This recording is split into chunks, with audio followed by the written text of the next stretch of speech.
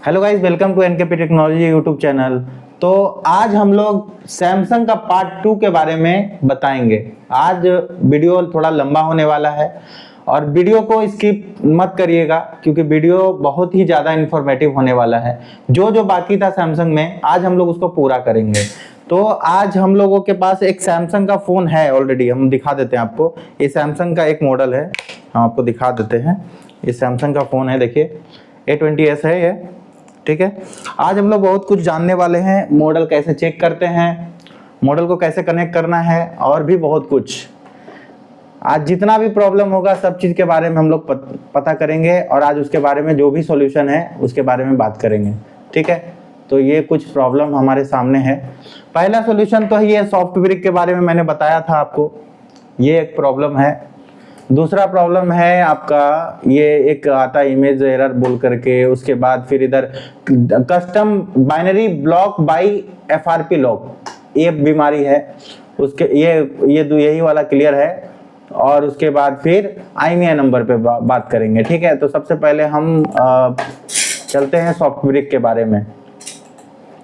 तो soft brick जो होता है, सॉफ्ट ब्रिक रीजन ये है, सॉफ्टवेयर ब्रिक, मैंने पिछले वीडियो में बताया था कि सॉफ्टवेयर जब ब्रिक हो जाता है तो उसको सॉफ्ट ब्रिक कहते हैं, ठीक है।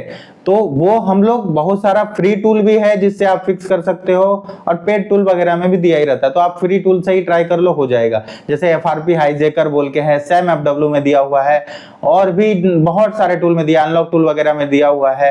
तो ये कुछ सॉफ्टवेयर के बारे में था।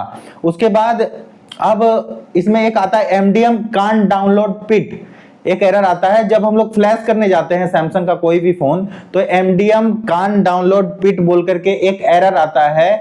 वो एरर इसलिए आता है, MDM जो होता है एक तरह का रेंटल एप्लीकेशन वगैरह जब फोन में इंस्टॉल किए जाते हैं, किसी थर्ड पार्टी का ऐप को जब उसमें इंस्टॉल किया जाता है और किसी मोबाइल को लॉक किया जाता है, अगर हम लोग उसको फ्लैश करने का कोशिश करते हैं तब इस तरह का एरर आपको सामने देखने को मिलेगा कि MDM कांट डाउनलोड पिट, मतलब कि आपका जो फाइल का पार्टीशन, पिट का मतलब होता है आपका इसमें पार्टीशन इंफॉर्मेशन टेबल, उसको वो राइट नहीं करने देगा क्योंकि MDM जो उसमें डाला गया है वो पार्टीशन को ब्लॉक कर दिया है, तो इसलिए वो फ्लैशिंग नहीं हो सकता।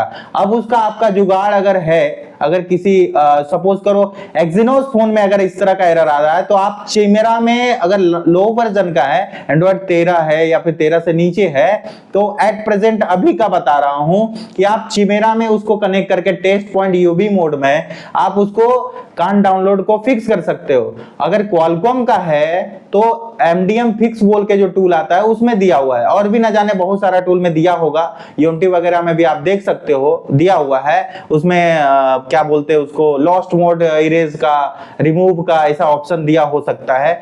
और MTK का फिलहाल अभी तो सोल्यूशन नहीं है इस प्रॉब्लम का। और उसके बाद आते हैं हम लोग, ये इसके बारे में तो हमने जाना। उसके बाद आते हैं custom binary block by FRP lock, ठीक है। तो ये तब आता है जब हम किसी भी फोन में उसके गलत बाइनरी से फ्लैश करते हैं, तब इस तरह का प्रॉब्लम हम लोगों को देखने को मिलता है, ठीक है। Custom binary block by FRP बोल करके एरर आता है। या फिर एक कारण और है, ये सिर्फ एकमात्र कारण नहीं है, एक कारण और भी है, जैसे कि अगर फोन का हेल्थ, जो MMC का हेल्थ होता है, अगर वो खराब हो जाए तब भी इस तरह का एरर देखने को मिलेगा आपको। और अगर आप उसको फ्लैश कर दो तो ये फोन डाउनलोडिंग मोड पे जाके रुक जाएगा, स्टक हो जाएगा, डाउनलोडिंग बोल के लिखा हुआ आ जाएगा। बहुत सारे कस्टमर हमें कंप्लेन करते हैं कि सर ये आया था तो लिखा हुआ था custom binary block by FRP, तो ये मुझे लगा कि FRP करने के दौरान ऐसा हुआ है तो मैंने इसको फ्लैश कर दिया, अब ये ऐसा आ गया, मेरा फाइल गलत तो नहीं चढ़ गया। तो मैं उन सबको बताना चाहता हूं आपका फाइल गलत नहीं चढ़ा है। इस कंडीशन में क्या हुआ है कि आपका जो इसका MMC का हेल्थ है वो गड़बड़ है, 90% कंज्यूम है, जिसके कारण वो इस तरह का एरर दिया है।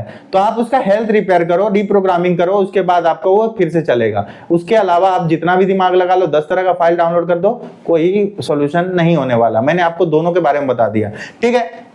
अब आते हैं रीसेट के बारे में। तो रीसेट के बारे में कुछ इस तरह है, जैसे कि ये सैमसंग का फोन है, मैंने केबल लगाया, मैंने इससे पहले तो एमटी के बारे में आपको बता दिया, तो उस दिन एमटीके का फोन था, इसलिए मैंने उसमें ज्यादा विस्तार में नहीं बताया। तो आज जो फोन है मेरे पास ये है A20s, जो कि क्वालकॉम फोन है। तो इसको हम लोग पहले क्या करेंगे, तीनों बटन दबाएंगे, क्योंकि हमको इसका लॉक नहीं पता है। अगर पता होता तो हम लॉक खोल करके उसके बाद इसको बंद करके उसके बाद हम करते। अगर फोन का लॉक पता है तो फोन को स्विच ऑफ करना है, वॉल्यूम प्लस और पावर दबाना है, तो ये चला जाएगा आपका रिकवरी मोड में। याद रहे कि जो वॉल्यूम प्लस और पावर से जाता है उसको रिकवरी मोड बोलते हैं, जहां रीसेट करने का ऑप्शन रहता है उसको रिकवरी मोड बोलते हैं। और जहां पर इंफॉर्मेशन आता है, जहां से हम लोग फ्लैश कर सकते हैं, उसको ओडिन मोड या फिर डाउनलोड मोड बोल सकते हैं हम। ठीक है, तो ये तीनों बटन है। ये बटन लगता है कुछ प्रॉब्लम है इसमें, तो हम लोग थोड़ा सा जोर से प्रेस करेंगे इसको, इस तरह से तीनों बटन को पकड़ेंगे।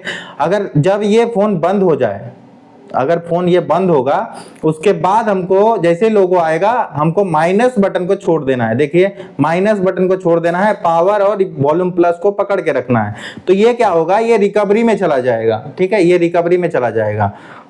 देखिए, ये बटन दबा के रखेंगे, ये रिकवरी में चला जाएगा। ये अभी ब्लैंक हुआ, अगर रिकवरी में जाता है तो ठीक, नहीं जाता है तो फिर से ट्राई करेंगे हम लोग। अभी ब्लैंक है, अभी ये प्लस वाला बटन जो है हम दबा के रखेंगे, छोड़ेंगे नहीं, जिससे कि ये रिकवरी मोड में जाएगा। अगर ये एक बार में नहीं जाता है तो आप बार बार ट्राई करो। अगर उससे भी नहीं जाता है तो आप केबल चेंज करो। देखो, ये रिकवरी में चला गया, ये फोन जो है रिकवरी में जा चुका है। देखिए आप, इसमें सारा इंफॉर्मेशन दिया हुआ है जो भी मैंने बताया था, फैक्ट्री रीसेट और अप्लाई टू अपडेट एडीवी, उसके बाद apply to update SD card, उसके बाद फैक्ट्री रीसेट वाइप डाटा जो लिखा हुआ है, उसके बाद वाइप कैचे पार्टीशन लिखा हुआ है, और भी बहुत सारा चीज इसमें है, पावर ऑफ वगैरह वगैरह सब कुछ है इसमें। ठीक है, तो ये रिकवरी मोड है।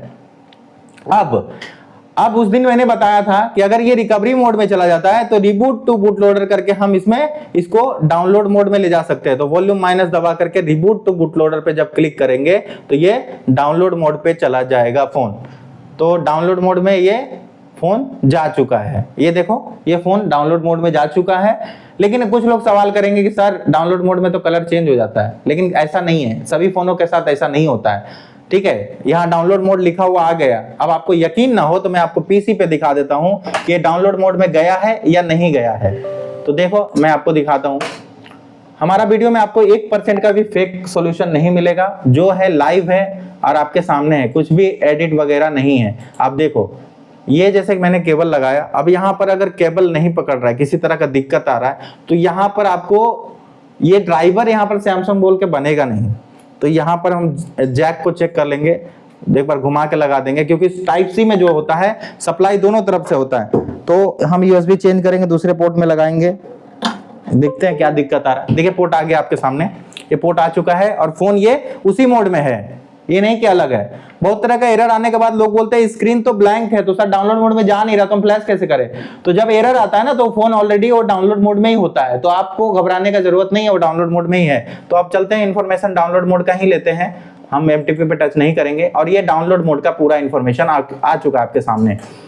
अब क्या है, अगर सैमसंग का फोन आपको फ्लैश करना है, फ्री में फ्लैश करना है, कोई पेड टूल यूज नहीं करना है, तो उसके लिए या तो आप ओडिन का यूज कर सकते हो। ओडिन टूल आता है, उसका अलग अलग वर्जन है, वो आपको सैम डब्ल्यू के वेबसाइट पे भी मिल जाएगा, या फिर आपको अलग से आप डाउनलोड भी कर सकते हो, गूगल क्रोम से आपको मिल जाएगा, या फिर आप सैम डब्ल्यू के खुद के टूल में इसका दिया हुआ है, आप यहां से इसको फाइल सेलेक्ट करके फ्लैश वगैरह कर सकते हो। फाइल के बारे में मैंने बताया था, यहाँ पे अभी जस्ट क्लिक करूंगा मैं और फाइल डाउनलोड हो जाएगा। इसका अलग से फाइल फाइंड करने का कोई जरूरत नहीं है। आपको बाइनरी पता हो ना पता हो, आपको जस्ट यहाँ पे क्लिक करना है और आपको फाइल डायरेक्ट उसी बाइनरी पे लेके जाएगा जो अभी ये फोन में एट प्रेजेंट है। तो ये हो गया हमारा फ्लैशिंग तक का बात। अब आते हैं मॉडल चेकिंग के बारे में। तो देखिए, यहाँ पर ये मॉडल का ये सारा इंफॉर्मेशन आ चुका है, ये देखिए सारा कुछ है। अब हमको क्या करना है, किसी भी फोन का अगर हमको मॉडल नहीं पता है, IMEI नंबर अवेलेबल है हमारे पास, या फिर आपके पास कोई FRP के लिए फोन आता है और आपको चेक करना है कि उसका डिटेल्स क्या है, डिटेल्स मांगता है, अभी IMEI से जो FRP हो रहा है उसके लिए डिटेल्स चाहिए, तो आपको क्या करना है, SAMFW IMEI लिखना है। यहाँ पे आपको गूगल में, आपको मैं लिख के दिखा दे रहा हूं फिर से, यहाँ पे देखिए, ये यहां पे ध्यान दीजिए, SAMFW IMEI चेक, इस पे क्लिक करेंगे तो ये वेबसाइट आएगा, ये फर्स्ट नंबर पे चले जाएंगे। और उसके बाद आपको क्या करना है, यहाँ पे बहुत सारा सीरियल देख रहा है, हमने पहले से डाल के रखा था चेकिंग करने के लिए, इसलिए मैं एक पे क्लिक करता हूं। अगर आपके पास नया आया है तो आप सीरियल जो SAMFW में आता है उसको कॉपी करके आप डायरेक्ट पेस्ट करके देख सकते हो, या फिर आपके पास जो मोबाइल में जैसे आता है ना *#06# डायल करके, आप डायल करने के बाद जो IMEI नंबर या सीरियल नंबर निकलता है आप उसको यहां डालो, just check information and firmware पे क्लिक कर दो।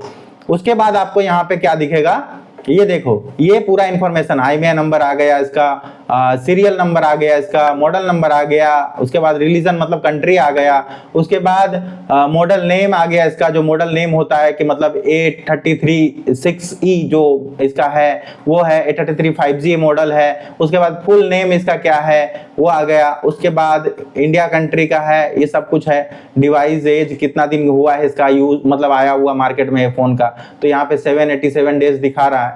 उसके बाद केजी रजिस्टर्ड नो दिखा रहा है, मतलब ये फोन फाइनेंस पे लिया हुआ नहीं है, ये फोन फाइनेंस पे लिया हुआ नहीं है। उसके बाद डाउनलोड फॉर्मवेयर पे यहाँ क्लिक करने का ऑप्शन आ रहा है, बाय रिलीजन डाउनलोड करने का ऑप्शन आ रहा है, और यहाँ कॉम्बिनेशन डाउनलोड करने का ऑप्शन आ रहा है। तो अब कुछ लोगों का सवाल रहता है कि ये कॉम्बिनेशन क्या होता है, कॉम्बिनेशन क्या होता है, अच्छा सवाल है।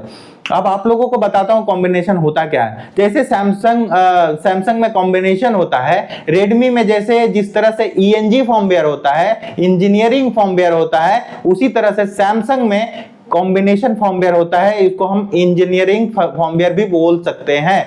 वो फॉर्मवेयर डाल करके पहले हम लोग ADB एनेबल वगैरह कराते थे, लेकिन अब ये सब करने का जरूरत नहीं है। ये सब करने से फोन में और भी तरह का नॉलेज नहीं अगर आपको है तो आप ये करके ADB एनेबल नहीं करा सकते, फोन में और तरह का एरर आ सकता है। तो आप लोग ट्राई मत करिएगा, जस्ट नॉलेज के लिए मैं आपको बता रहा हूं कि ये जो कॉम्बिनेशन फाइल होता है ये ENG फॉर्मवेयर ही होता है। उसके बाद लिखा हुआ है unlock remove FRP your phone, तो यहाँ पर ये कुछ सर्विसेज है जो प्राइवेटली इनका बहुत ही महंगा होता है, जस्ट इंफॉर्मेशन के लिए मैं बता रहा हूं, तो इसमें हम लोग नहीं जाएंगे आगे। ये हो गया हमारा कुछ टॉपिक।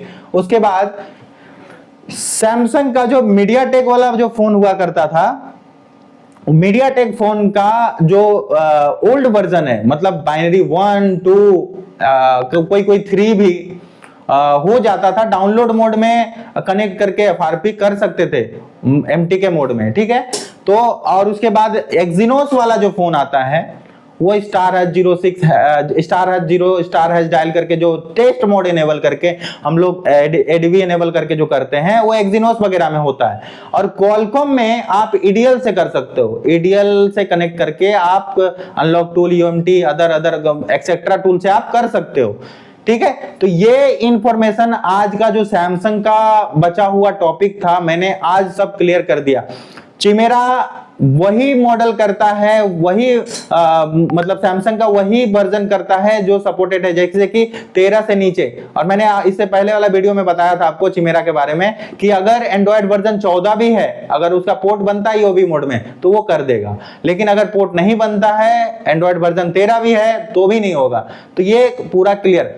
आज का वीडियो अगर आपको इंफॉर्मेटिव लगा होगा तो लाइक करो, सब्सक्राइब करो और उसके बाद शेयर करो, हमेशा शेयर किया करो, ऑल वीडियो पे क्लिक किया करो।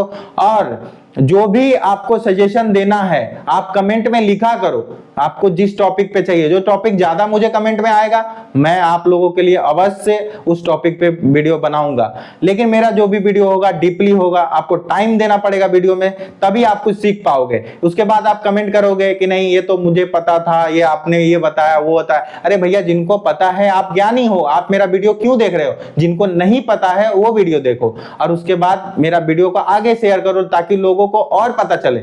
आप लोग शेयर करोगे और लोगों का भला होगा, सिर्फ आपका भी भला नहीं सबका भला होगा। मिलते हैं किसी नए टॉपिक के साथ किसी अच्छे वीडियो में फिर से, तब तक के लिए बाय।